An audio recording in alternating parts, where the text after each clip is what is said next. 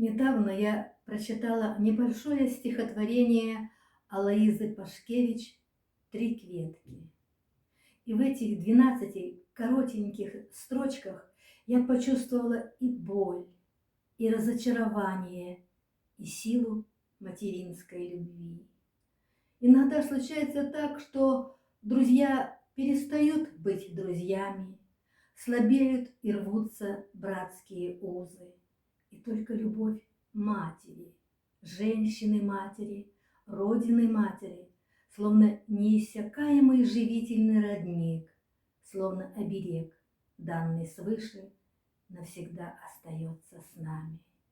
И мне так захотелось прикоснуться к творчеству нашей великой землячки, перевести это стихотворение на русский язык.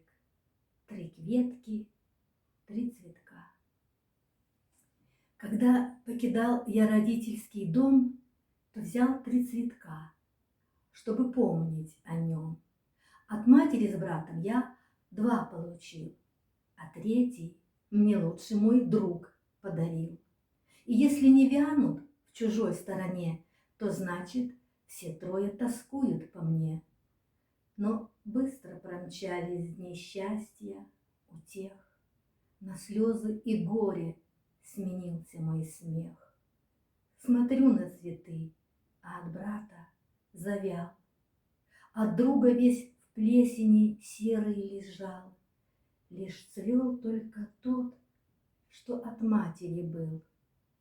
Любовью ее он питался и жил.